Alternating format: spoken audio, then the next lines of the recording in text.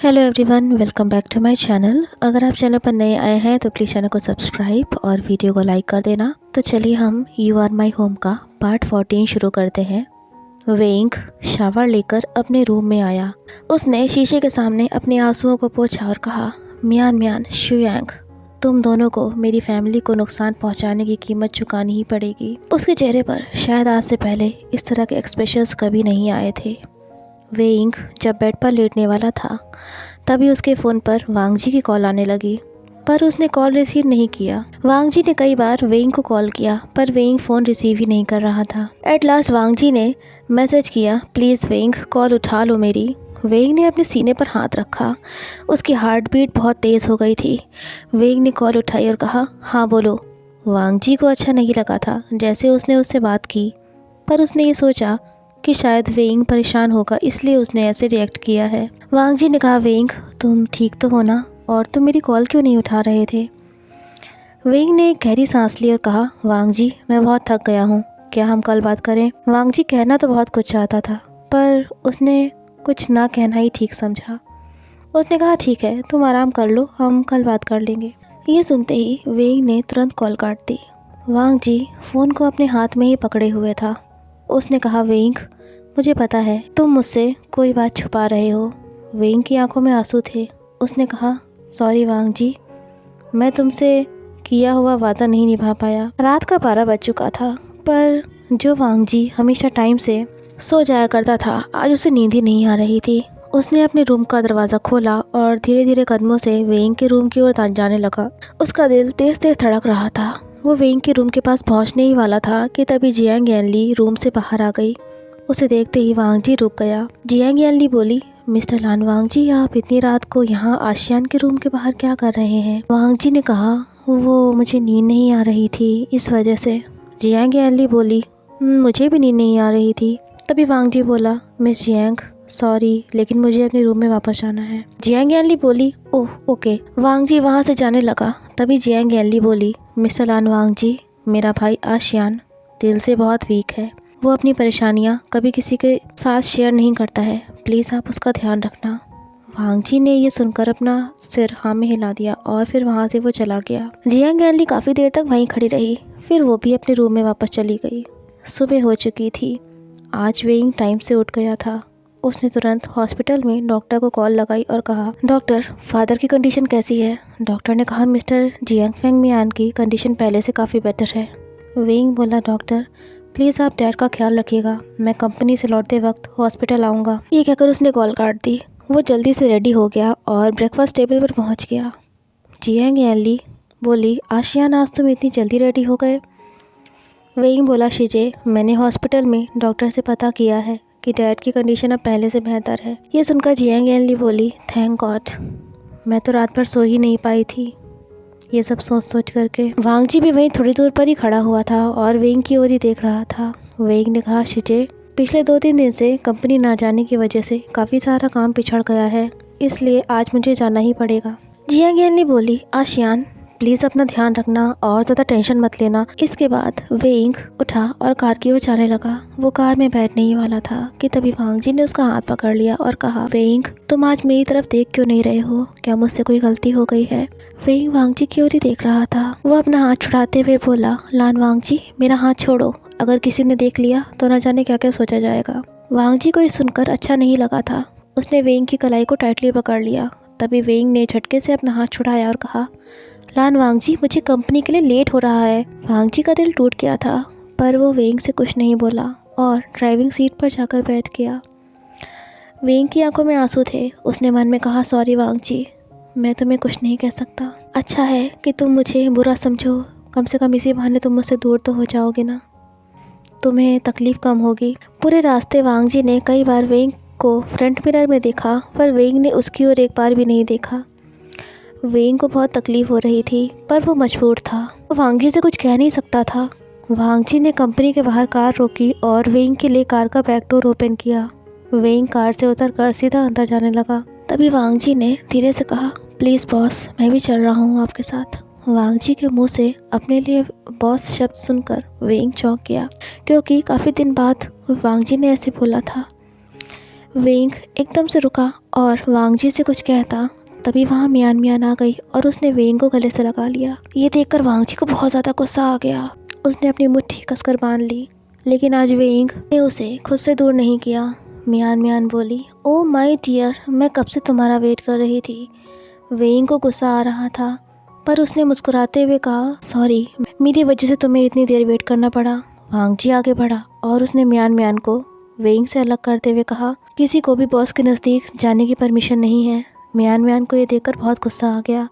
तभी वेंचिंग, जो उसी वक्त वहाँ पहुँची थी, वो बोली, सॉरी मैम, हमारे बॉस का ये बॉडीगार्ड थोड़ा स्ट्रिक्ट है।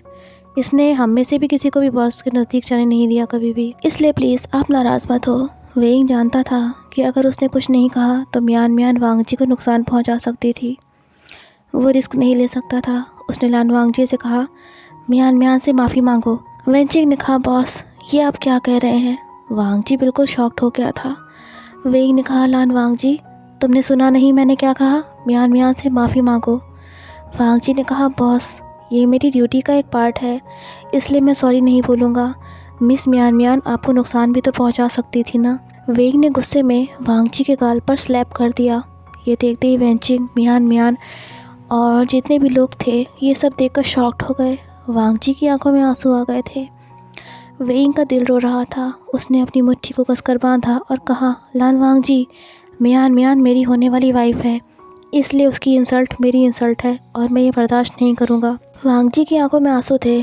उसने नज़रें नीचे झुकाए हुए कहा, आई एम सॉरी मिस मियान मियान। मियान मियान मुस्कुरा रही थी। वो तो बहुत ज़्यादा खुश हो गई थी ये देखकर। उसने कहा, वे वुशियन, आज मैं खुश हूँ, कम से कम तुमने अपनी बॉडीगार्ड को उसकी जगह तो दिखाई ना। वेंग का दिल जानता था कि उसके ऊपर क्या बीत रही थी। उसने कहा, काफ़ी लेट हो गया है, अब हमें अंदर जाना चाहिए। वेंग तिरछी निगाहों से बार बार वांग जी की ओर ही देखता जा रहा था। वांग जी ने कुछ भी नहीं कहा उससे पूरे रास्ते। रूम में पहुंचते ही वेंग ने कहा, लान वांग जी, तुम बाहर रहो, मुझे मियान मियान से कोई ज़रूरी बात करनी है। और हाँ वेंचिंग, मैं जब तुम्हें कॉल करूँगा तब तुम फाइल्स और डॉक्यूमेंट्स लेकर मेरे पास चली आना। रूम का दरवाज़ा बंद हो गया। वांग जी बाहर ही खड़ा था। वेंचिंग को अच्छा नहीं लगा था ये सब। उसने कहा, लान वांग जी, प्लीज़ तुम बॉस से नाराज़ मत होना, पता नहीं उन्होंने आज ऐसा क्यों किया, वो तो हमेशा सबके साथ अच्छे से बर्ताव करते हैं। वांग जी ने उसे कोई रिप्लाई नहीं दिया। वो चुपचाप खड़ा रहा। वेंचिंग ने उस समय कुछ और न कहना ही बेहतर समझा। उसने वांग जी के कंधे पर हाथ रखा और कहा, सब ठीक हो जाएगा, तुम परेशान मत हो। बॉस शायद कुछ परेशान है, इसी वजह से ये सब हुआ है। उसके जाने के बाद वांग जी ने अपने आंसुओं को पोंछा और कहा, वेंग, क्या यही तुम्हारा प्यार था? शायद मैं ही अपनी जगह भूल गया था। एक बॉस और उसके एम्प्लॉय के बीच में कभी कुछ नहीं हो सकता है। इधर रूम के अंदर आते ही वेंग ने मियान मियान को अपने से दूर झटका और कहा, बोलो क्या बात है जो तुम यहाँ आई हो। मियान मियान हंसी और वेंग के कंधे पर हाथ रखते हुए बोली, वे वुशियन, अपने लवर को थप्पड़ मारते हुए तो तुम्हारा दिल बहुत ज़्यादा दुखा होगा ना, पर सच बताओ मुझे तो बहुत ही खुशी हुई है। मुझे वो लान वांग जी बिल्कुल भी अच्छा नहीं लगता है। वेंग को गुस्सा आ रहा था। उसने कहा, मियान मियान, अगर तुमने वांग जी को नुकसान पहुँचाया ना तो मैं तुमको छोड़ूंगा नहीं। मैं उससे बहुत प्यार करता हूँ, लेकिन उसके लिए, उसकी जान बचाने के लिए मैं किसी भी हद तक जा सकता हूँ। मियान मियान ने कहा, वे वुशियन, जब तक तुम मेरी बात मानते रहोगे ना, तब तक तुम्हारा वो लान वांग जी और तुम्हारी फैमिली दोनों ही सेफ हैं।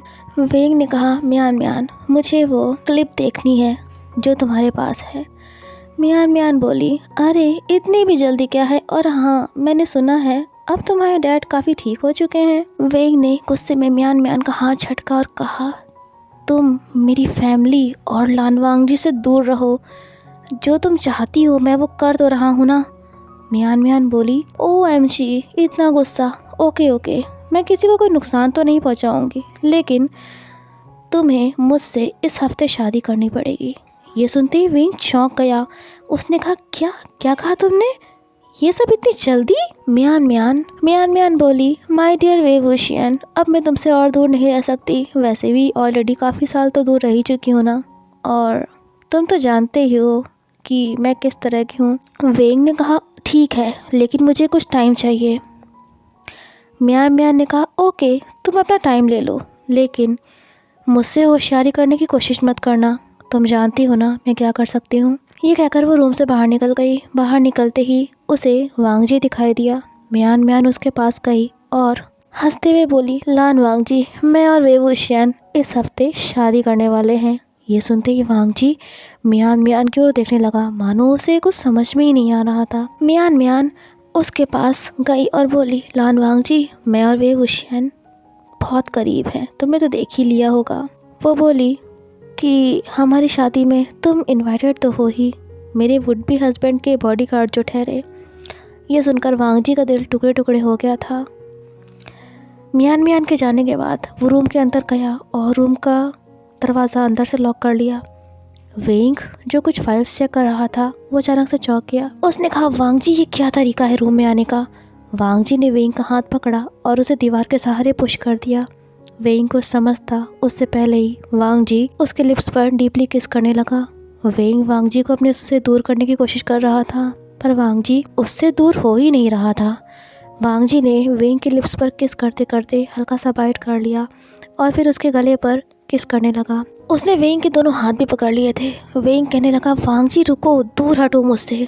पर वांगजी तो मानो पागल सा हो गया था। उसने वेंग की शर्ट के बटन्स को ओपन किया और उसके चेस्ट पर किस करने लगा। वेंग बोला, वांगजी, वांगजी, हम कंपनी में हैं, ये ठीक नहीं है। वांगजी ने वेंग के सीने पर बाइट कर लिया, पर तभी वो अचानक से रुक गया। वेंग ने कहा, वांगजी, मेरी बात सुनो। पर जैसे ही उसकी नज़र वांगजी के चेहरे पर गई, उसका दिल दर्द से भर उठा। वांगजी रो रहा था। उसने वेंग की ओर देखते हुए कहा, वेंग, तुम मेरे साथ ऐसे मत करो, मैं तुम्हारे बिना नहीं जी पाऊँगा। उसने कहा, वेंग, मैं क्या था और तुमने मुझे क्या बना दिया है। हमारे बीच में जो कुछ भी हुआ, क्या वो तुम्हारे लिए कुछ इम्पोर्टेंस नहीं रखता है? क्या वो रात, क्या वो फीलिंग्स, क्या वो इमोशंस सब बेकार है? रोने की वजह से वांगजी की सांस बीच बीच में अटक रही थी। वेंग के भी आंसू आ गए थे, पर वो करता भी तो क्या। वांगजी बोला, वेंग, तुमने मुझे थप्पड़ मारा, मुझे बहुत बुरा लगा। तुमने उस म्यान म्यान के लिए मुझे थप्पड़ मारा। मैं तुमसे कितना प्यार करता हूँ। तुमने तो मुझसे कहा था ना कि तुम कभी मेरा साथ नहीं छोड़ोगे। प्लीज़ प्लीज़ वेंग, I love you so much. वेंग ने अपने आप को संभालते हुए कहा, वांगजी, मैं म्यान म्यान से शादी करने वाला हूँ और ये डिसीजन फाइनल है मेरा। ये सुनते ही वांगजी ने अपना हाथ दीवार पर कस के मार दिया, जिससे उसके हाथ पर चोट लग गई और ब्लड आने लगा। वेंग ये देखकर बहुत घबरा गया। अब वांगजी को गुस्सा आ गया था। उसने वेंग की ओर देखा और उसका हाथ पकड़कर रूम से बाहर ले जाने लगा। वेंग बोला, वांगजी, तुम्हारे हाथ से ब्लड आ रहा है। पर वांगजी तो कुछ सुन ही नहीं रहा था। रूम के बाहर वेंचिंग खड़ी थी। वो समझ तो गई थी कि कोई बात ज़रूर है, पर उसकी कुछ भी कहने की हिम्मत नहीं हुई। वेंग अपना हाथ वांगजी के हाथ से छुड़ाने की कोशिश कर रहा था, पर वो ऐसा कर नहीं पाया क्योंकि वांगजी ने उसका हाथ कसकर पकड़ा हुआ था। वांगजी ने कहा, वेंग, तुम मेरे साथ चुपचाप चलो, या फिर तुम चाहते हो कि यहाँ सबको पता चल जाए हमारे बारे में। वांगजी बिल्कुल पागल सा हो गया था। वेंग और कोई मुसीबत नहीं खड़ी कर सकता था, इसलिए वो वांगजी के साथ वहाँ से चला गया। वांगजी कार को स्पीड में कहीं लिए जा रहा था। वेंग ने कहा, वांगजी, प्लीज़ कार की स्पीड को थोड़ा कम करो, मुझे डर लग रहा है। पर वांगजी ने उसकी एक नहीं सुनी। तभी कार एक घर के सामने आकर रुक गई। वेंग ने कहा, ये हम कहाँ आ गए हैं? वांगजी ने उसका हाथ पकड़ा और घर के अंदर जाकर रूम का दरवाज़ा अंदर से लॉक कर लिया। उसने वेंग को बेड पर पुश कर दिया और उसके बाद जाकर उसने उसे किस करना शुरू कर दिया। वेंग ने कहा, वांगजी, मुझे जाने दो। तभी वांगजी ने उसकी ओर देखा और कहा, क्यों, अब तुमको ये सब गलत लग रहा है? मैंने तुमसे कहा था ना वेंग कि तुम मेरा पहला प्यार हो, फिर भी तुमने मेरे साथ ये सब किया। मैं तुम्हें खुद से दूर नहीं होने दूंगा। ये कहकर उसने वेंग को बेड पर नीचे लेटा दिया और अपनी शर्ट को ओपन करने लगा। वेंग वहाँ से जाना चाह रहा था। वो वांगजी से प्यार करता था, पर इस समय वांगजी पागल सा हो गया था। वो वेंग की भी नहीं सुन रहा था। उसने वेंग का हाथ पकड़ लिया और कहा, कहाँ जाओगे तुम मुझसे दूर होकर? वांगजी वेंग के ऊपर आ गया और उसकी शर्ट की सारी बटन्स ओपन कर दी। उसने वेंग का हाथ अपने सीने पर रखा और कहा, वेंग, देखो देखो मेरे दिल की धड़कन कितनी तेज़ हो रही है तुमसे दूर होने की बात सुन करके भी। वांगजी की आंखों में आंसू आ गए थे। उसने वेंग का चेहरा अपने हाथ में पकड़ा और कहा, वेंग, मैं तुमसे बहुत प्यार करता हूँ। क्या हमारे बीच में जो हुआ वो तुम्हारे लिए मैटर नहीं करता? वांगजी रोते रोते बोला, तुम वो पहले शख्स हो जो मेरे इतने नज़दीक आया है। वेंग, जब तुमने पहली बार मुझे छुआ ना, मुझे प्यार किया, तब एक ऐसी चीज़ मैंने महसूस करी जो मैं शब्दों में बयान नहीं कर सकता। और तुम मुझसे कह रहे हो कि तुम मियान मियान से शादी करने जा रहे हो। तुम्हें लगता है कि मैं तुम्हारे बिना जी सकता हूँ? हाँ, तो सुन लो मेरा जवाब, ये वांग जी अपने वेंग के बिना नहीं जी सकता है। ये कहते कहते उसने अपना सर वेंग के सीने पर रख दिया। उसकी आंखों से बहे वो आंसू वेंग के सीने को भिगो रहे थे। वेंग अपने इमोशंस को अब और नहीं कंट्रोल कर पाया। उसने वांग जी के चेहरे को अपनी ओर घुमाया और कहा, I am sorry Wang ji, please मुझे। तभी वांग जी ने उसके लिप्स पर डीपली पैशनेटली किस करना शुरू कर दिया। वेंग और वांग जी दोनों रो रहे थे। वेंग ने कहा, वांग जी, मियान ने मेरे डैड पर हमला कराया था और अब वो मुझे ब्लैकमेल कर रही है कि वो तुम्हारे साथ भी कुछ गलत कर देगी। उसके पास मेरी और शुयांग की एक इंटीमेट क्लिप है। वांग जी ने वेंग की आंखों पर किस किया और कहा, तुम्हारा ये वांग जी कभी भी तुम्हारे साथ कुछ गलत नहीं होने देगा और ना ही तो तुम मुझसे दूर जा सकते हो वेंग। मैं तुमसे बहुत प्यार करता हूँ। सो फ्रेंड्स, कैसा लगा आज का पार्ट कमेंट करके ज़रूर बताना। वीडियो पसंद आई हो तो लाइक और शेयर करना और चैनल को सब्सक्राइब कर लेना। मिलते हैं नेक्स्ट पार्ट में। Till then take care and bye bye.